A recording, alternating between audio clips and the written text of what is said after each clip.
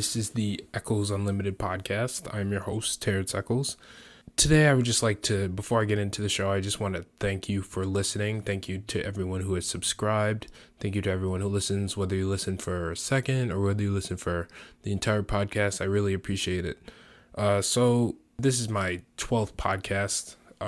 Today is currently Sunday, August 25th, 2019. And it is about 2:45 in the afternoon, 3 o'clock. Today I have a pretty interesting show. Today I'm going to talk about, obviously, Team USA and the Basketball World Cup coming up. I'm going to also touch on the Royce White and Jared Dudley situation. And I will also be talking about Devin Booker and the media scrutiny he's gone under in the past couple of days. So I'm just going to get right into the Team USA update. If you've been paying attention, Team USA basketball has gone to Australia to help prepare for the World Cup, which starts in a few days. And they've gone to Australia with 13 guys, and they're going to play a couple exhibitions against Australia. It's going to help promote the sport in Australia, which is already such a popular sport in that country and that continent. And it's just going to help grow and develop people's interest in the sport. So it was a great opportunity for USA Basketball to go over there and play a few exhibition games. A ton of fans came out. And so I'm just going to talk about games 1 and 2, which happened this past week. And so game 1 in Melbourne took place the other day, and they had a record at Marvel Stadium in Melbourne. 51,218 people came to watch a basketball game. Let that set in. 51,218 people came to watch a basketball game in Australia. That number for a basketball game is absolutely unreal. If you're not familiar with how college basketball works, the most amount of people that have been on an on-campus stadium is about 35,000. So you know how big college basketball arenas are. 35,000 people fit into the Syracuse Carrier Dome. And just the fact that another 20,000 people on top of the amount of people that can fit into a football stadium, which Syracuse also uses for basketball, is absolutely unreal. It's like almost to the level of a Final Four game where they hold basketball games in these NFL stadiums where millions and millions of people tune in online. Thousands of people come to watch in person, and it's one of the biggest spectacles in American sports. So the fact that they got a crowd that's comparable to a Final Four game for an exhibition game in Australia, a country in which basketball is very popular and it's well known. It's one of the most popular sports in the country, but it doesn't exactly have a full advantage over other sports such as rugby or soccer in Australia. So I just think that was an amazing thing to see, the fact that so many people came out, so many people wanted to see these stars.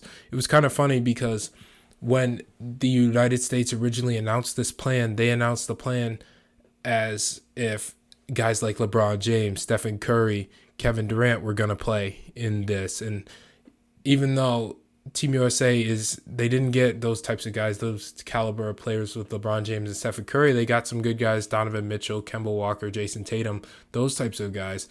But, people were upset. So some people got refunds for, deciding to go to the game and paying for tickets to go to the game under the impression that they were going to see LeBron James. But it turned out great for everyone. I'm sure they enjoyed the game. I'm sure they had a great time watching their boomers go up against Team USA. So it was a great thing to see, and I'm looking forward to watching the game just grow and become more popular in that country. So as for the basketball part of it, Team USA won. It was 102-86. Kemba Walker led Team USA with 23 points, 6 rebounds. Donovan Mitchell contributed 13 points and 3 assists. And Miles Turner really had his coming out party, registering 15 points and 14 rebounds. Miles Turner is one of the most underrated bigs in the NBA, in my opinion.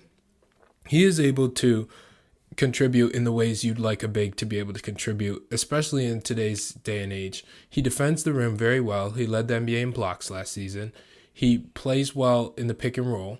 He can catch lobs and he can put the ball on the floor, 1-2 dribbles, get to the basket. He can also catch and shoot from the perimeter, from the mid-range, from the outside, and he's a pretty decent shooter. So he just needs to become more consistent, put together a couple more good seasons, and I'm sure he'll be one of the best centers in the league, but within no time if he just keeps developing the way he has already in his NBA career. And I really like the fact that he had a good game. I like the fact that people are going to be able to recognize him as being one of the best young up-and-coming big men in the NBA.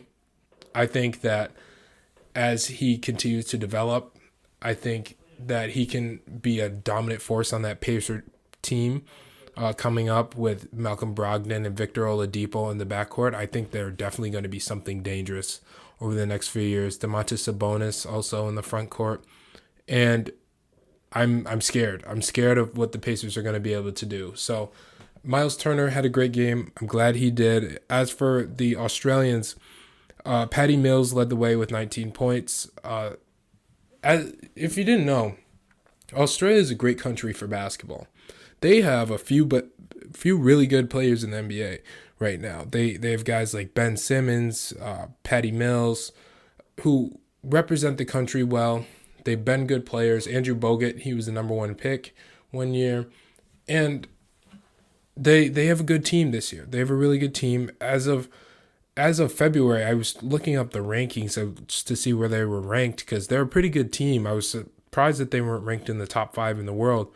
But I saw that Australia was ranked as high as 11th back in February, which is very low in my opinion. I think they should be a top 5 team in the world because of just the talent, not even because of how they play, just because of the talent alone. They have, like I said earlier, they have Patty Mills on this year's team. They have Joe Ingles. They have Matthew Dellavedova. They have Andrew Bogut, and they have Aaron Baines. Those are 5 guys who played in the NBA last season. So the fact that they're able to throw out 5 guys who played in the NBA is great. That's only something that Team USA can do at this point. And I think that they're just going to continue to grow, continue to develop. Ben Simmons is going to play eventually for them. He's going to represent them. They have a guy up and coming. His name is Josh Green. He played at IMG Academy where they won a national championship. He's from Australia. Very good athletic wing.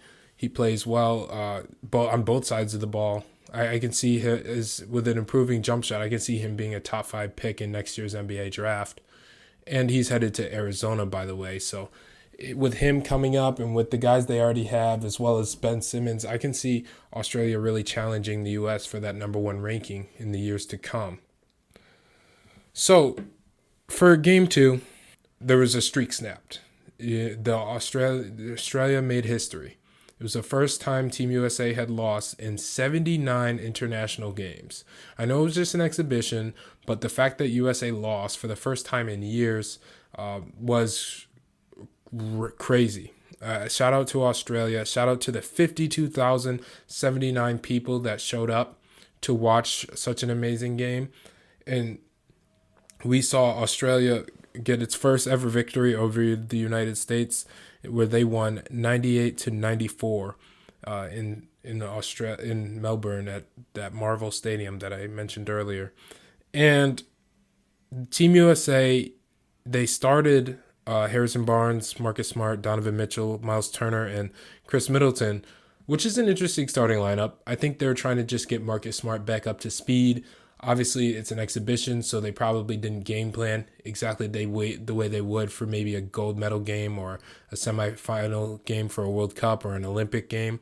But they still came out and, they're still athletes. They compete, and they still lost. So they have to just go back to the drawing board. They have to just understand that's what happened, and I think they'll be fine moving forward. I think, like I said in my last podcast, I think you just need to deal with some adversity. And I think the adversity that the United States team is going to go through in the next few weeks is going to be great for them. It's going to be very good, very good for these young guys to build in their NBA careers, and it's going to be very good for the veterans because now they're going to have the opportunity to lead a team, and especially a guy like Harrison Barnes who hasn't really had that opportunity yet. He's tried in Dallas, he's tried in Sacramento, but he hasn't really been able to put it together yet. So I'm hoping for the best for him. I'm hoping that he can really lead a team because he played well the other day. He played well. He had 20 points leading the U.S. Kemba Walker had 22, actually, never mind.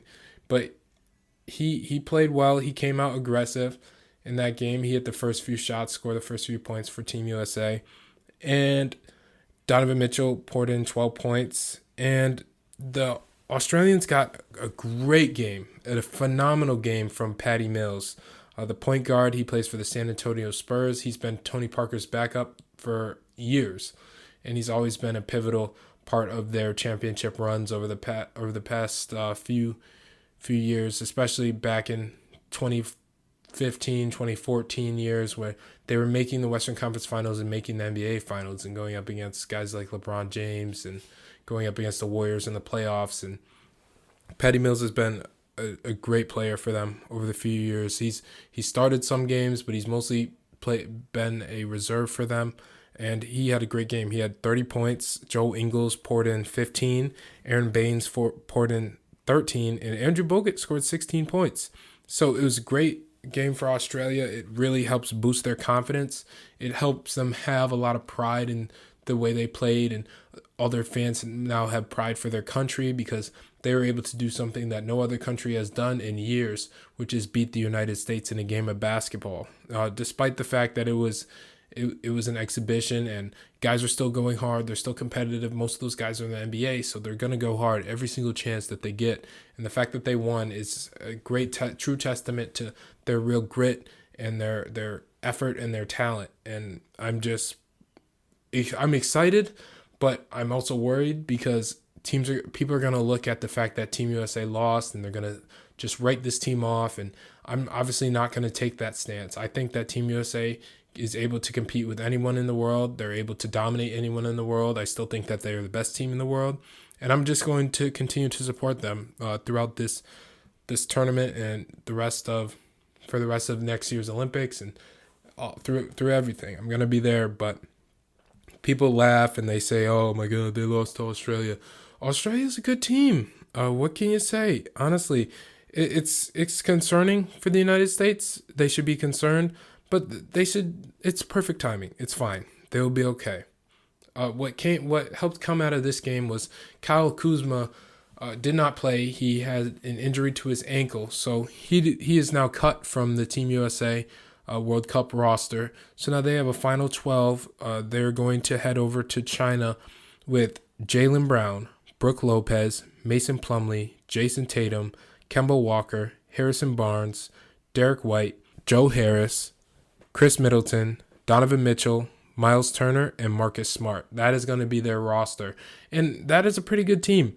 You have, like I said, you have a couple of all-stars in Kemba Walker and Chris Middleton. You have a couple of really good role players like Harrison Barnes and Brooke Lopez. And you got a couple of guys who are up-and-coming stars in the NBA, in Donovan Mitchell, Jaylen Brown, and Jason Tatum. So you have a good, well-rounded team. You have guys who can space the floor. You have guys who can handle the ball. And you have guys who can defend the rim. So honestly, I don't see this team really having much trouble once they get into this World Cup. They have a great coaching staff, and Greg Popovich and Lloyd Pierce and Steve Kerr, all three NBA head coaches. So I think that they'll be fine.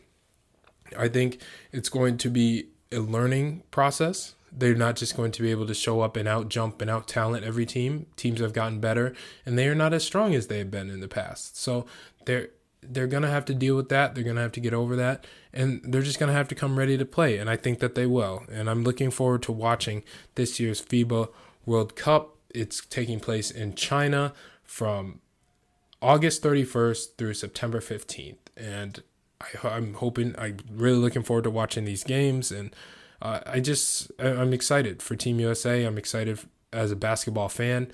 And, we're looking at a great year. We're looking towards a great year.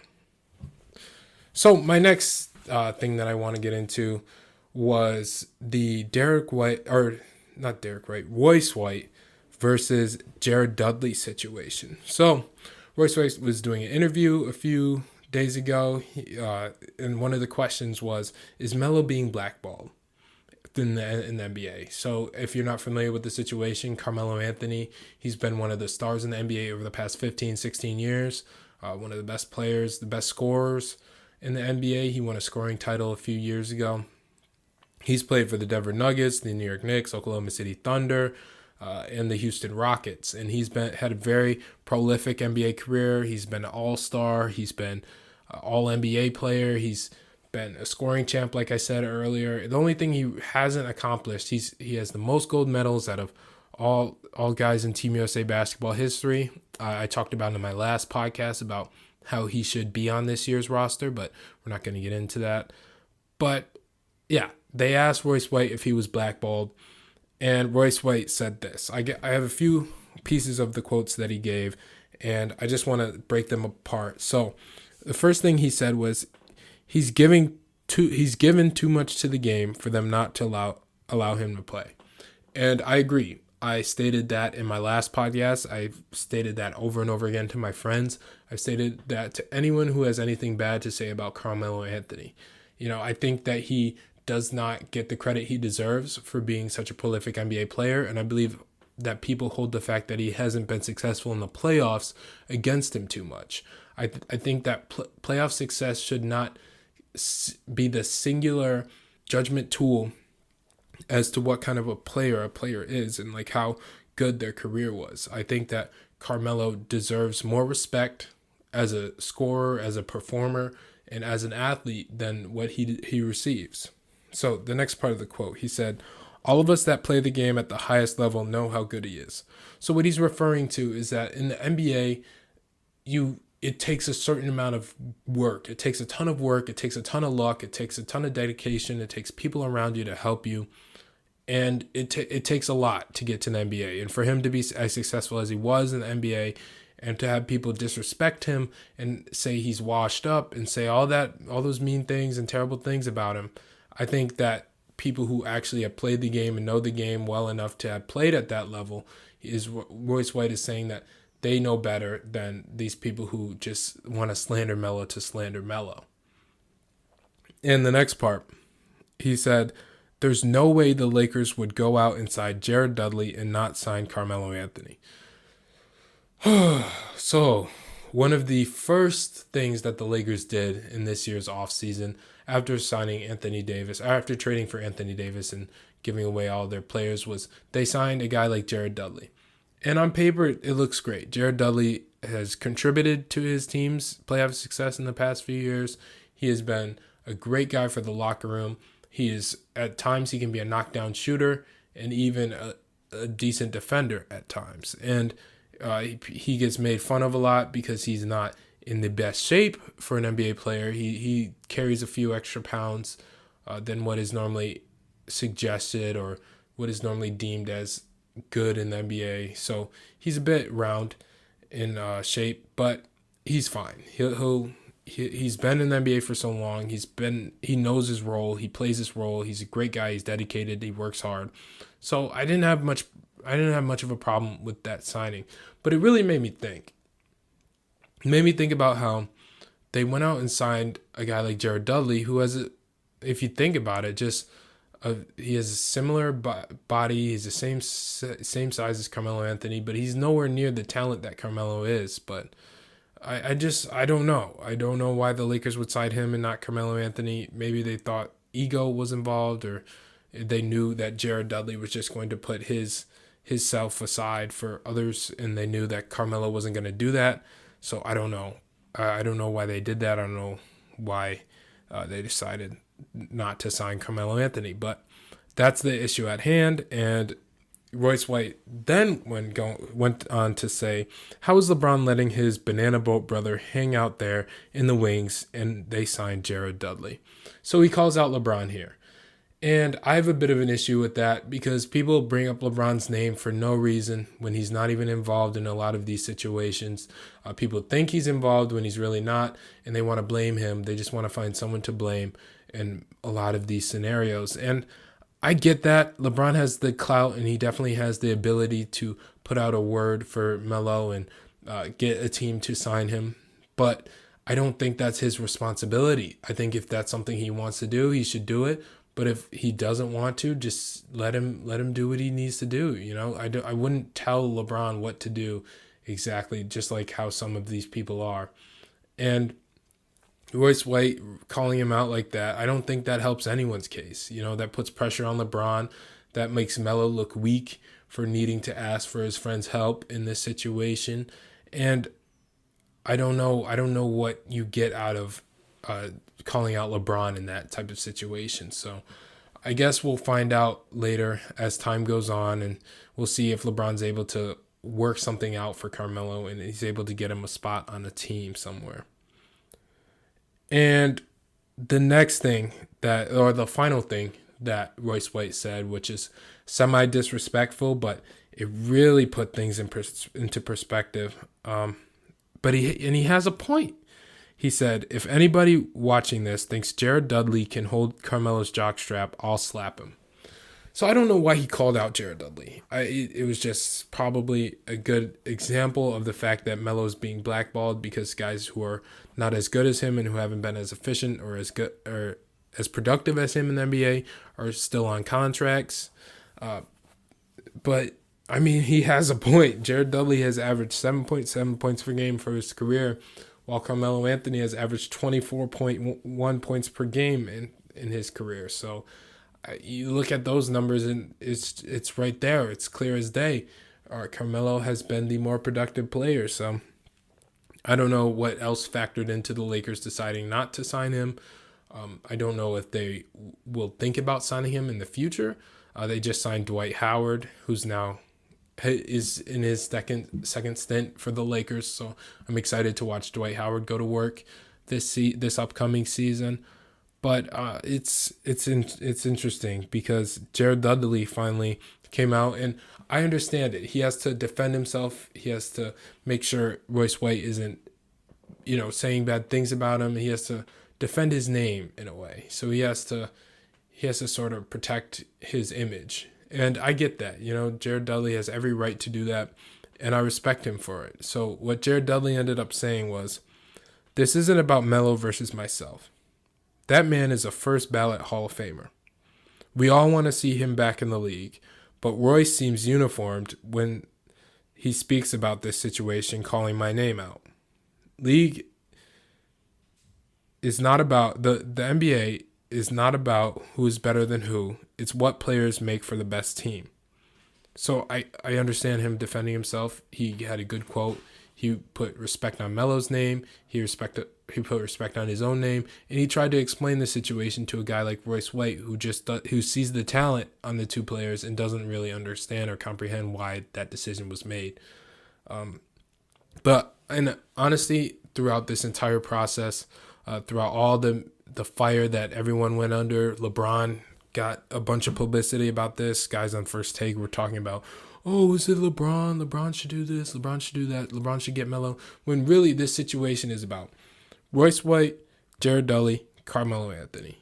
And they just took it out of, in my opinion, they just took it out of context. And I think that, Royce White has a point. Jared Dudley should defend himself, and Jared Dudley is going to be a good player for the Lakers this year. He's going to provide them with a lot of experience, leadership, and camaraderie.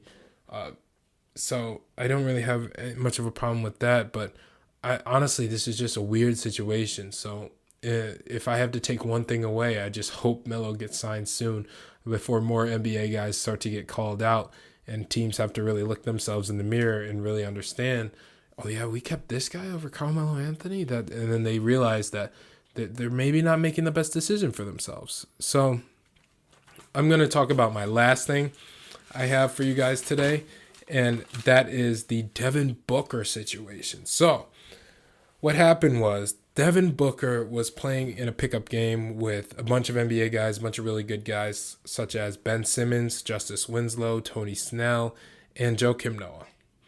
And what happened was Devin Booker catches the ball on the right baseline, and he caught the ball, And he hadn't even moved yet. He took a couple jabs. He hadn't even started his dribble, but he gets double teamed.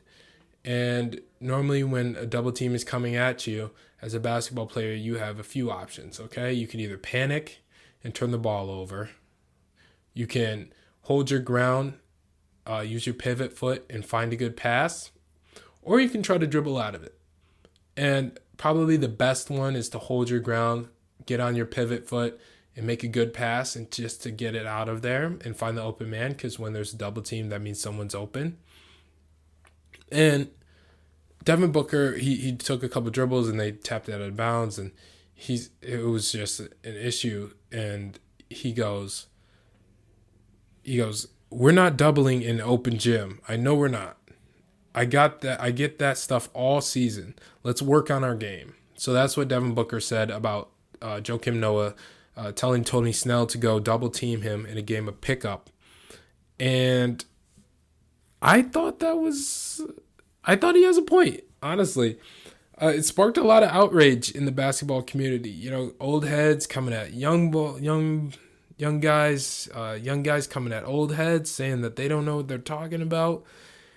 And honestly, I've never really seen double teams in a pickup. The reason why pickup is so significant and so great is because there is no game planning. You just show up, you pick up, and you play.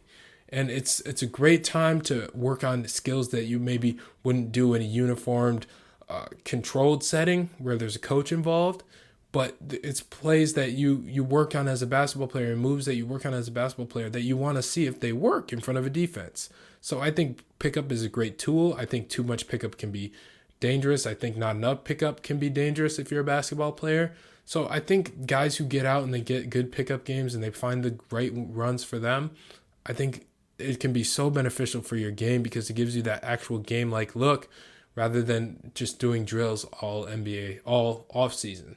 So the fact that Joakim Noah had sent a doubles team at him, and Joakim Noah ended up coming back pretty hard. He said, yes, we are. Yes, we are. We're trying to win. So I understand trying to win, and double teaming is probably the best way to go if you want to win, if you want to, especially against a guy like Devin Booker who needs to have the ball in his hand. He needs to score if he's playing to his full potential and he's able to be as dominant as he actually is. And I think I don't know. It's a hard thing to really judge. It's hard to really say, make a declarative statement as to whether or not it should be allowed. But I honestly have no problem with not wanting a double team. I think that they should be able to dictate those rules at the beginning of the game. And I don't really see the point because where I come from and when I played the game of basketball, it's always been about pride. So if you're getting scored on, maybe you should switch, or maybe if you're getting scored on a lot, it's something that you just need to take pride in your defense. You know, if you just physically can't really guard someone, then you have that opportunity, and then you can ask a guy for a switch or ask a guy for a double team. But I don't really like the idea of double teaming. Maybe a switch is probably the best way to go if you're getting scored on too much. But honestly, in my opinion, the best way to go when you're just getting scored on a lot, especially by a prolific scorer like Devin Booker, is just get your butt down, get your arms out, and let's go, let's roll, let's dance, as Zion likes to say. I want to see you try your hardest to keep him from scoring. Maybe just one time. If you could stop him one time, who knows what that can do throughout the course of a pickup game? Because a lot of pickup games, especially the half-court ones, are make it, take it. So if you get a stop, then your team could be on offense the rest of the game, and then you can win. You know, it's not really about going ahead and making someone else score and by double teaming someone, because then that just makes, if you're going up against a good player, it just makes it easier on someone else. So I don't find it to be that difficult to really just understand. I find it hard to believe that people would run away from competition like that, but I also find it hard to believe that people wouldn't want to take whatever measures it takes to win. And if that involves double teaming, then I guess to each his own. So a few NBA players expressed their thoughts on social media about this controversy. And the first one I want to get into was Gilbert Arenas. So, what Gilbert said in the Instagram post is, he said, at Devin Booker, at dbook on Instagram, he goes, from a killer to the future. If you want to be an all-star, then your complaint is correct. But if you want to be a superstar, you accept double teams in pickup. You demand double teams in pickup. You should be offended when you don't get a double teamed in pickups, for the reason is, if you get double teamed in NBA, how dare some pickup ball cats don't respect your game enough to double team you. You can ask Rico Hines in high school if the college or pro players didn't double team me at the high school UCLA runs. That shot was going up. I trained too hard to let one defender disrespect my game by guarding me one-on-one, and I didn't care who he thought he was. Hashtag Hibachi mentality, which is Gilbert Arenas' nickname, Hibachi. Every time you step on the court, you want it to be game-like. So I get that. I get that. And Devin Booker came back and he said, I feel what you're saying, Gil, and the only reason I'm responding is because I respect you. But I grew up in gyms where my pops had me guard 30-year-olds at the age of 14. I got scored on 5 straight times on the block, looked at my pops for help, and he had this face on, and he put the emoji of the shrugging the shoulders. I didn't get picked up the rest of the week. So every time I played open gym the rest of my life, it's either eat or be eaten mentality. It's game. In games, if teams run a W, usually the right play is to pass out immediately. You have 4-on-3 advantage. Not saying I don't get aggressive sometimes and shoot over it, but making the right play, trust your teammates, is winning is how you win basketball games. I didn't want to spend my lovely Tuesday afternoon passing out of a double. I can work on that with my homies at the house. Much respect though, Hibachi. Let's get in the gym at some point. So what Gil was saying is he didn't care if double teams were coming. He just shot over him. He just wanted to shoot. He was a scorer in the NBA. He wanted to show that his dominance. He wanted to prove his dominance by showing that he could score at a high level. So it's good for him. Honestly, I think that he can do whatever he wants. He can shoot over doubles as much as he wants. I know that I personally wouldn't do it. I wouldn't advise anyone to do it. But even Devin Booker said he sometimes does it, especially in the NBA where, money is factored in the NBA. So sometimes shooting over doubles is required from some players if they want to get the amount of shots up that they need, if they want to score the amount of points that they need to get the money that they need. So I don't have a problem with that. But I just thought it was interesting to see NBA players have this type of exchange and to see what was really going on in their minds during this issue. So Kevin Durant also came out and he said that, Andre Iguodala immediately said, I remember me and Draymond Green kept doubling Kevin the practice after All-Star break. He was so mad. We were trying to win. So Kevin came back and said, if we would have did that in a Rico Hines run, Rico Hines is a famous trainer in LA. They do a lot of basketball pickup games and runs at UCLA, and a lot of NBA guys come, a lot of elite high school players come, and a lot of college UCLA guys go. So it's a pretty cool thing that they're able to do. And Kevin says if we would have done that, I would have went back to Malibu. So he would have been at home. He wouldn't have even showed up if they were going to just double at a Rico Hines run. So I get that. And then Trae Young even came out and said, D-Book speaking facts. There should be no double teaming in pickup. When you try to work on your game and the moves and things you do individually in pickup, it's annoying getting double teamed in that type of setting. Just saying. Only a few understand. So what Trae Young is saying is that as a prolific scorer, you want to work on some things in pickup. You want to do your thing, and you don't want to have to worry about being game planned for when it's just a pickup game. It's not really a serious NBA setting, so you shouldn't have to do it. You shouldn't worry about it. You shouldn't have to worry about it in a pickup game. And, like as I stated earlier, I agree. I think that the best way to go about it is to just hike up your shorts and try to play the best defense you can play.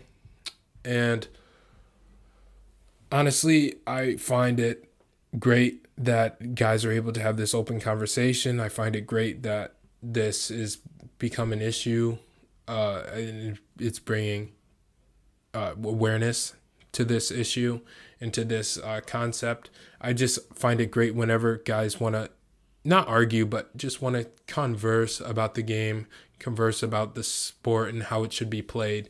And I think it's a great thing for our sport. I think it's a great thing for the NBA to have guys who engage like that. And I honestly hope that Devin Booker has an amazing season this year. I hope he becomes an all-star for the first time. I think he's one of the most talented players in the NBA. I think he's I think he's probably about a top 15 player in the NBA. And he's only about 23, 24. He's played a few years. He's young. He's athletic. He can shoot.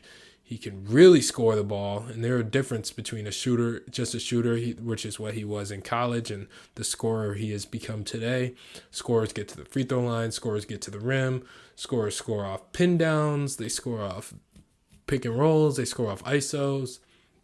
Scorers can score in any type of way, and Devin Booker has really showed that he can score in any type of way. So I think that he's poised for another great year. It's great to see him get that work in. It's great to see Ben Simmons making some threes in these pickup games and these workouts that I've been seeing. So I hope he continues to develop that part of his game. And as you know, this is a great game. It's done so much for so many people all over the world. And it's great to just see more people continue to take love to it. And I'm glad that I'm able to talk about this game every day on my podcast. I'm glad that you're able to listen to me, and I just want to thank you for listening in today. This has been my 12th episode. I hope to continue to do this. We'll see if we keep going. I'm really looking forward to that World Cup coming up soon, so you'll definitely see some podcasts about that. So I thank you for listening. I hope you subscribe and just like this video or like any of my other videos, and just take a listen. But